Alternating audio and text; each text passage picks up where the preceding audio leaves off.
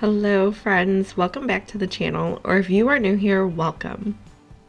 Today I'm sharing some meal ideas with you. These are some things that I have made for my family of 6 recently, and I'm going to be starting with these super easy jars of granola. They make the perfect snack when you're on the go, just having a quick go-to thing that you can grab. They're also really great if you are on a bit of a health journey like I am. I like having these with a bowl of milk in the evenings as like a dessert. It is a really nice sweet treat to have at the end of the day. So it's almost like a cereal. I like doing that in the evenings, and then my boys like having it for breakfast on top of their yogurt.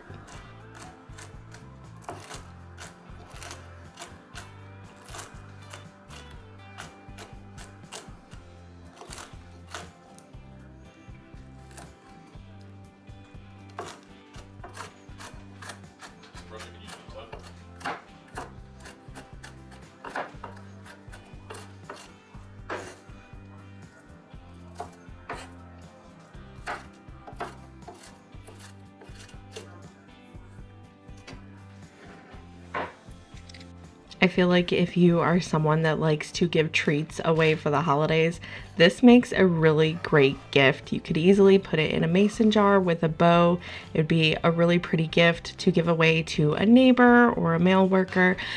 This does contain nuts though, so you just want to be aware of who you're giving it to make sure they don't have an allergy. The great thing about this recipe though is you can be really versatile with the kinds of different things you're putting into it. You can leave out the nuts and do other things. This also does include oats, so you could do more of the oats and less of the nuts.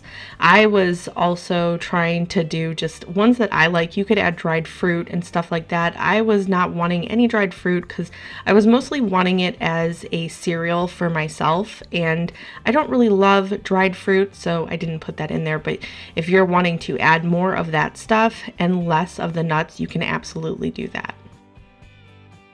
It's one of those things that if you have been on my channel for a while, you know that I love making dishes that are really versatile. I like making the same dishes over and over and over again, but mixing them up and slightly changing them each time.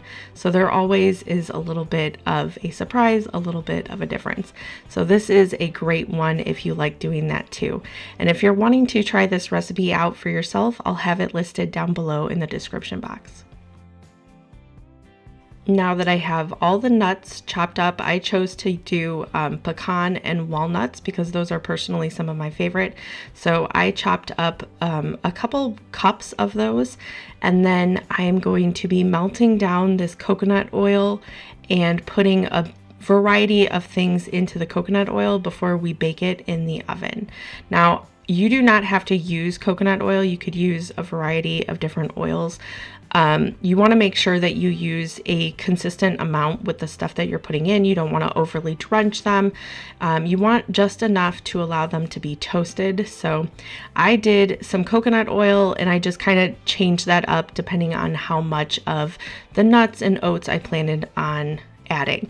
But I do love the flavor that the coconut oil added. It added a nice sweetness. So I would definitely, if you're trying to stick with a sweeter option, I would do the coconut oil.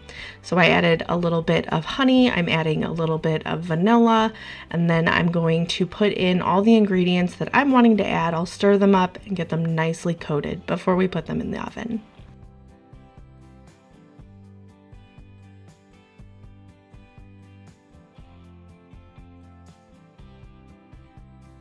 For this recipe, I ended up doing a little bit more nuts because when I got home, I realized I didn't have as many oats as I thought I did. So I wanted to kind of compensate with the nuts for where I did not have as many oats. So I did add more nuts than what you typically do. However, I didn't really mind that. In the end, I felt like it added a really wonderful flavor.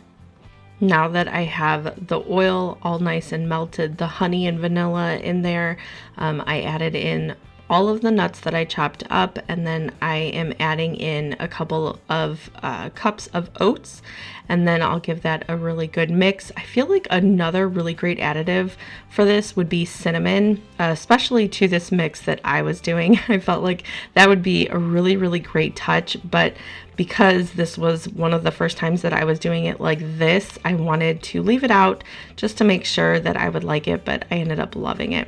I'm adding in some coconut, and I added in a little bit more than what the recipe said because I knew that I would want that little pop of sweetness. And I'm really glad that I ended up adding in more because I felt like at the end it would have been a little bit too less than what I was wanting. So I added in a little bit more. And of course, if you don't like coconut, you can leave that out. I actually am someone that does not really love coconut too much, but I have grown to kind of like it as I have gotten older. So I did add a little bit more of that for sweetness, and I was glad that I did that.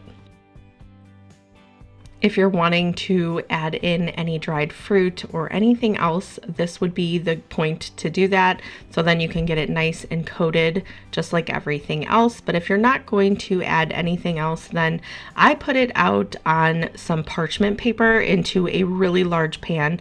And then after it had been toasting for a while, I kind of decided that I wanted to separate it into two pans. So then it would be, it would toast a little bit more evenly. You do want to make sure that you do use parchment paper though, because with the honey and everything that you add, it does get a little sticky. So to prevent it from sticking to the bottom of the pan, you'll want to use the parchment paper to make it a little bit easier to work with afterwards.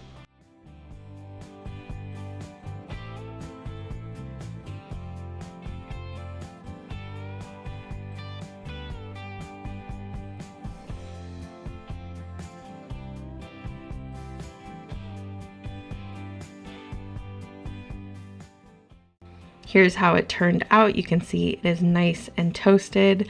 So now I'm going to scoop it out and put it into 2 large mason jars.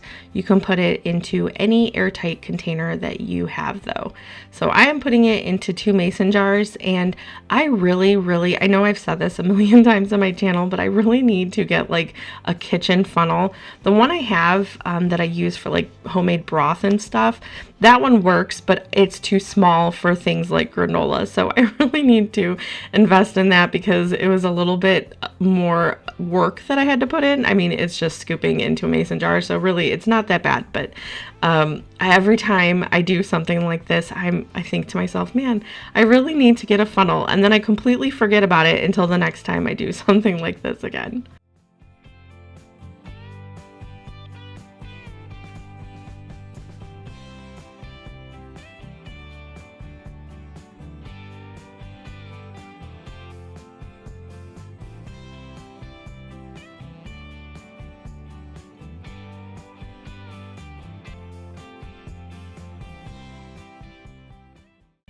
Here's how it looks in the mason jars. And I don't know if I'm just like a sucker for homemade gifts like this. I absolutely love stuff like this, stuff that comes from the heart. And so I always love gifting things like this. I feel like it would be really pretty with a ribbon around it and a dried orange or a little ornament. I feel like that would be such a cute holiday gift.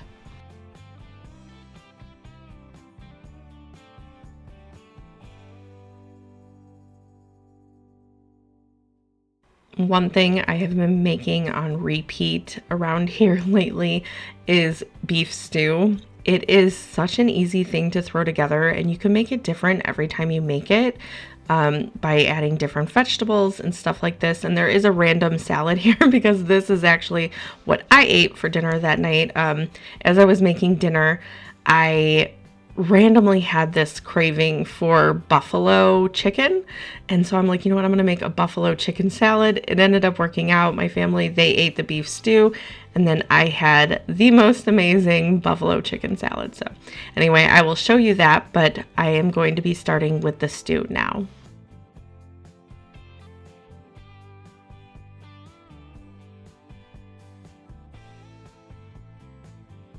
If you have been here and seen my videos, you know that I love when the colder weather hits, I love a good one pot meal. And so that is what I tend to kind of fall back on constantly. This beef stew is so super easy, and it's pretty budget friendly too. I believe I got 1 pack of stew meat for like about $7-8. And then I am searing it in my pan with some salt, pepper, a little bit of other seasonings, little tiny bit of oil in the bottom of the pan. And while that is going, I'm just going to chop up some vegetables that I have around the house. Once the weather cools down, I really try to stick with limiting my grocery budget.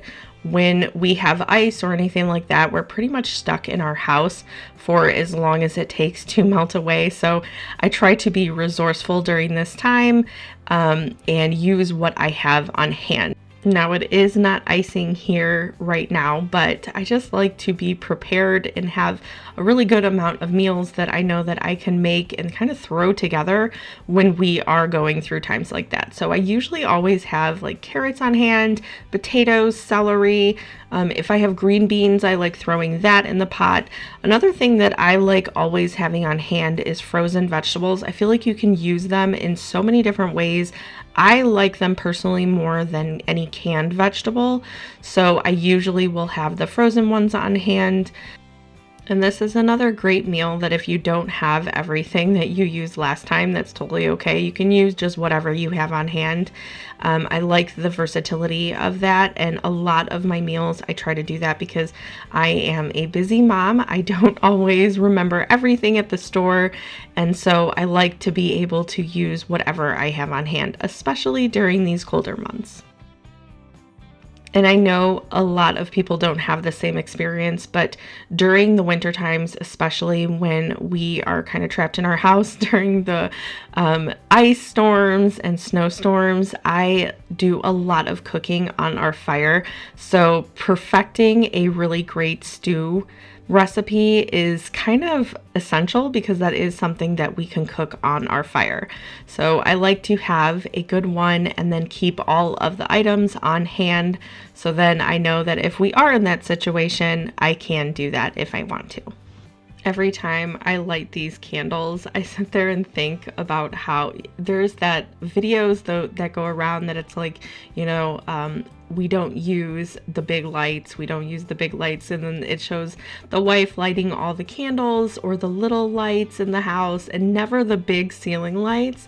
And I've talked about this on my channel, but then my husband, he is a big light person. So if you're a little light person, you have to know what I'm talking about. I am a little light person. I love the ambiance of little candles going or little small lights. I just feel like it looks beautiful, and I will never put on the large lights in the house. But my husband, like the moment he gets home, he's like, it is too dark, and he puts on all the big lights and totally ruins all the ambiance and just the really cozy feeling. I love that, and he tends to ruin it every time he comes home. So anyway, that always kind of cracks me up. Even though I can see, I love lighting the candles and stuff because it just feels so cozy. But it kind of cracks me up too. It makes me think of as soon as my husband gets home, he is a big light person and he'll be putting that on. So I have the meat all sauteed in the pan. I added in all the vegetables once I had them pretty roughly chopped. And then I'm adding in some water because I did not have any beef broth on hand. So I'm going to be adding some beef bouillon. I added some water just to kind of cover it.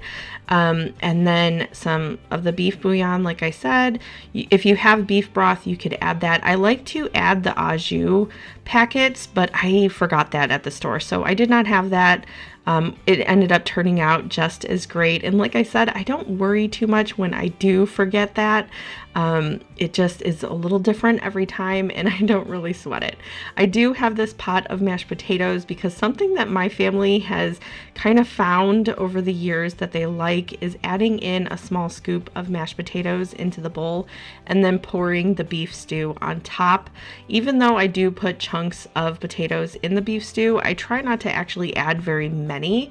And then I don't know if it makes it creamier. I don't really know. It just something that we started doing. It also helps if you're on a budget and trying to make your meals stretch to add a little bit of mashed potatoes to the bottom. It does add somewhat of a creaminess and it just stretches the meal a little bit. So that was our beef stew. And then, like I said, I was really craving some buffalo chicken. So I had boiled some chicken earlier for lunch. I just chopped some of that up, added some buffalo sauce with tomatoes and lettuce and green onions, stuff like that. And then I did add the tortilla in the bottom because I figured, well, maybe once I got to the bottom of the salad, I would want to have somewhat of like a wrap. So I added the tortilla at the bottom so I could do that, but it ended up being so big and so filling that I didn't even get that far.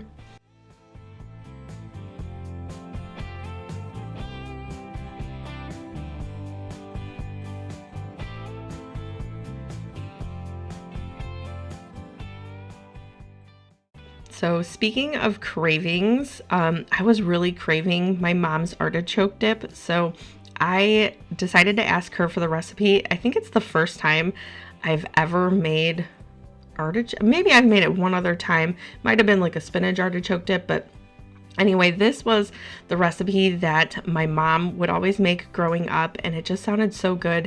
I feel like it's also a really great recipe to have around for the holidays because a lot of people, even if they don't really totally love artichoke dip, this has so many like cheeses and things in it that it makes it really creamy, and it turns out to be a really delicious dip. Now, I did alter it slightly only because when I was looking at other recipes, because I'm like, it doesn't have garlic or anything in it, and I started questioning, thinking that it needed garlic. And so I looked at other recipes to see if it had garlic, and there were several recipes that included cream cheese. They used a lot of cream cheese though. So I did not. I only used a tiny amount because I figured my mom's recipe did not have that, but I felt like it would add a really good touch. And my family that does not necessarily love artichoke dip, I felt like maybe that would make them like it a little bit more. So anyway, I added a little bit of cream cheese. I didn't end up adding garlic, but for the most part, that was the only difference in the recipe. So again, I'll have the recipe listed down below if you're wanting to try it. I feel like it is a great recipe to serve for, before you have your big turkey dinner or anything like that for the holidays. It is a really great thing just to have around for people to snack on. Oh, this was the other difference. I forgot. So I am using Italian style cheese because my store was completely out of Parmesan.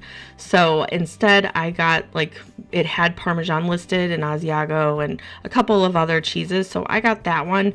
However, you usually just use Parmesan in this recipe. So when you look at it down below, it will just say the Parmesan. It won't have that particular cheese. I also love how super easy this recipe is to come together. You just chop up the artichokes into this big bowl, and then you put in some mayo, you put in the cheese, I put in some green onions. If you're going to use softened cream cheese, you could do that here. If you want to leave that out, you can. You can use Greek yogurt. You can make it whatever you want to do with it, and it just comes together in a big bowl. My mom, she usually will use it in a bowl that you can cook in the oven, so even easier. It's like a one pot thing. I did this, and then I used a pie pan to put it in the oven and get that really nice crispiness to the top of it. You can broil it, which I did the last couple of minutes. I really loved that broil effect the last couple minutes on basically any dip that I make, so I did do that to this one as well.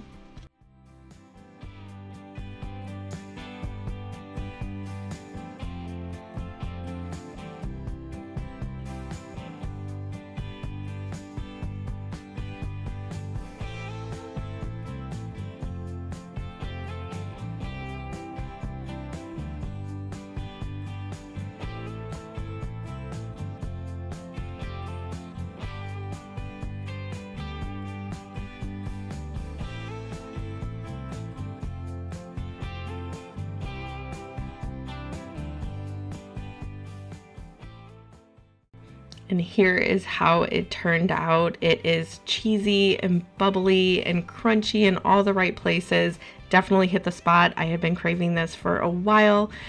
It brings back all the memories from when my mom used to make this back when I was a kid. So you can serve it on like bagel chips or tortilla chips. You can have it with like chopped up vegetables. I had some of these thin pretzels, so that is what I ate it on, but it's one of those things that tastes good on a variety of different things. We are moving right along to this creamy gnocchi and chicken that I made. I had found this recipe online. I came across it in a video and they did not post the recipe, so I kind of went in search of it. And it was odd though, because I was looking at this recipe and then later that evening I was talking to my daughter and I'm like, I knew that she would love stuff like this. And she had also seen this recipe. So she was like, oh yes, we have to figure out how to make it. So anyway, I got the stuff for it. I didn't end up telling her and I was surprising her with it. And she didn't even have any idea until she came down at dinner time and was like, oh my gosh, you made it. She was so excited. It turned out to be a phenomenal recipe. For the gnocchi, it kind of depends on which kind you buy. So I bought the gnocchi that was in the pasta section of the store, and I needed to boil it before I added it to the entire mixture. So on the stove next to the chicken that I am making, I just had a pot of salted boiling water going, and then once it's boiling, I'll put the gnocchi in it and cook it until it starts floating to the top, and then I'll take it out and wait. I'll put it aside until I'm ready to add it to the pasta. For now, I'm making a chicken that I have made a bajillion times on my channel, so if you have been here, this is nothing new to you. However, the only difference is I usually make it on the grill outside. So this is that copycat Popeyes chicken. I just cut up a couple of chicken breasts that I had on hand. I think it was only 2, but they were pretty large. So I cut those up into like thin strips, and then I season them in this bag with all the seasonings. I'll list them below, but they're all the seasonings that I use for my copycat Popeyes blackened chicken. So I just put them in a really hot cast iron pan whenever I was all ready to make them, and I cooked them, I seared them, and then finished them off in the oven. It is a super easy recipe to do, and it is packed with a ton of flavor. My family loves having this, and it is one thing that, if you've been here, you totally know this already, I go to time and time again. So that is what I'm making as a side to kind of bulk up the recipe. Since we're having just some pasta, I wanted something else on the side, so that is what I did here. Once the gnocchi was done, I drained it and I did toss it in a little bit of olive oil so they wouldn't stick together, and I put that aside. I have the chicken now cooking in the oven, and in that same pot that I boiled the gnocchi in, I'm going to melt down some butter, and I'll add in some garlic, and then we'll add in a ton of spinach. I want to say that the recipe called for 2 cups of spinach, but I never ever listen when it is only 2 cups. I probably add at least 4 cups. It welts down so much that I feel like you need 4 cups of it. I don't know. That is just how I am. So anyway, I used about 4 cups. I wilted it down. I also suggest, if you have a larger family like mine, you would want to double this recipe, because I felt like there was enough for everybody, but just barely. And I feel like that also was because I have 2 younger boys that Lincoln, he is 8 and he does eat a decent portion, but he's kind of just started doing that. And then my 6-year-old Theo, he does not. He is still in the stage where he eats very little portions and constantly wants to snack. So I feel like the only reason I got away with only making this amount and not doubling this recipe was because Theo is just a snacker, and it doesn't matter if I make his favorite meal ever, he still will not eat like a huge portion. So if you have a large family, you'll probably want to double this recipe. Once the spinach was all wilted down, I put that aside, and I'm adding in all of the seasoning and the the heavy cream and kind of getting that all thickened up before I add things back in. Now again, you're going to want to use Parmesan cheese. I did not have that, only that Italian style cheese. So that is what I added in here, and you'll see that it is kind of very stringy, which you usually get with like a mozzarella. So I wasn't surprised. To avoid it being too thick and stringy, I added in a little bit more heavy cream, and that did the trick. You will also notice, because during this I'm like, oh, that's really not a lot of sauce. It ended up being plenty of sauce, more than plenty, so don't worry about that. It fully coats everything, and it was really, really incredibly delicious.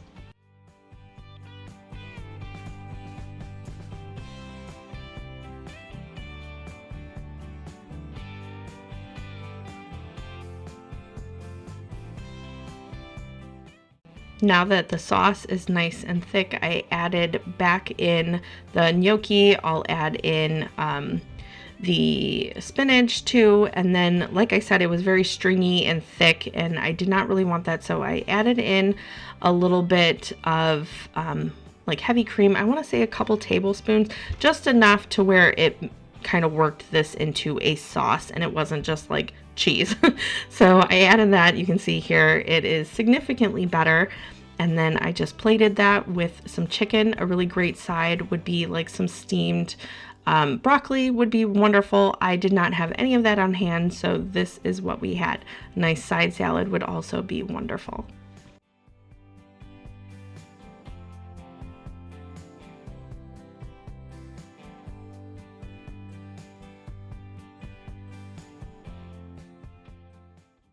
Another recipe that I go to time and time again is homemade turkey chili. This is something that I can always get my family to eat. By the time that the winter months are done, we're pretty sick of it. So we only have it generally in the fall and winter. But during that time, I make it time and time again. This is something that I like to do in the crock pot, but after making it in my pan, I've decided that this was probably the best chili I've ever made. So I got a couple pounds of ground turkey going, and I'm adding in a bunch of diced onions. You can use beef, you can use venison, you can use, whatever you have on hand. I'm sure chicken would even be good. I've never done that, but I think that would even be really good too. I have recently been buying a lot of ground turkey. It is a little cheaper in my area to do that instead of beef. So we have been opting for that, and I feel like it just, I don't know. I like making that switch when I can. It helps our stomachs. I feel like it's not as hard on our stomachs. Correct me if I'm wrong, but that is how I feel, at least. I added in a package of chili seasoning. Of course, if you make your own, you could obviously do that. Whenever I make chili, I find that I do it as more of like a convenience meal. So I usually have all the stuff on hand, and it's usually when I'm in a pinch, I'm like, you know what, I'm going to throw together some chili. Everybody loves it, and you can eat it a variety of different ways. It's also completely versatile. You can add in whatever you have on hand, and that is usually how I do it. So I didn't have any beef broth on hand, so I added some beef bouillon and then a large mason jar of water. I like the beef. I like a beef base in my chili and not really the tomato base. So I will only add in like 1 can of diced tomatoes. I know that people will do like tomato juice and stuff. My husband, he has a huge issue with like heartburn when I do that. So to limit that, I will just do a beef base and focus more on like beef broth, and then add in a can of diced tomatoes. So that is what I did. And then I will add in 3 cans of these mixed chili beans. I mix that all up, and then sometimes I'll add in like a little can of diced chilies. This time I did not. I wanted it really basic. And like I said, it was so basic, but it was delicious. I feel like it was the best chili that I have ever made. I am constantly working on my chili recipe. This is another thing that we can have on the fire. And so I just absolutely love working on this. It's always something that my kids will eat. and it is wonderful for leftovers. So I put all that together in the pot and then let it simmer low and slow for a couple of hours, and here was our chili. Anyway, that is all I have for you today. Thank you so much for hanging out with me during another one of these meal videos. I hope you have a wonderful rest of your day, and I'll see you in the next one. Bye!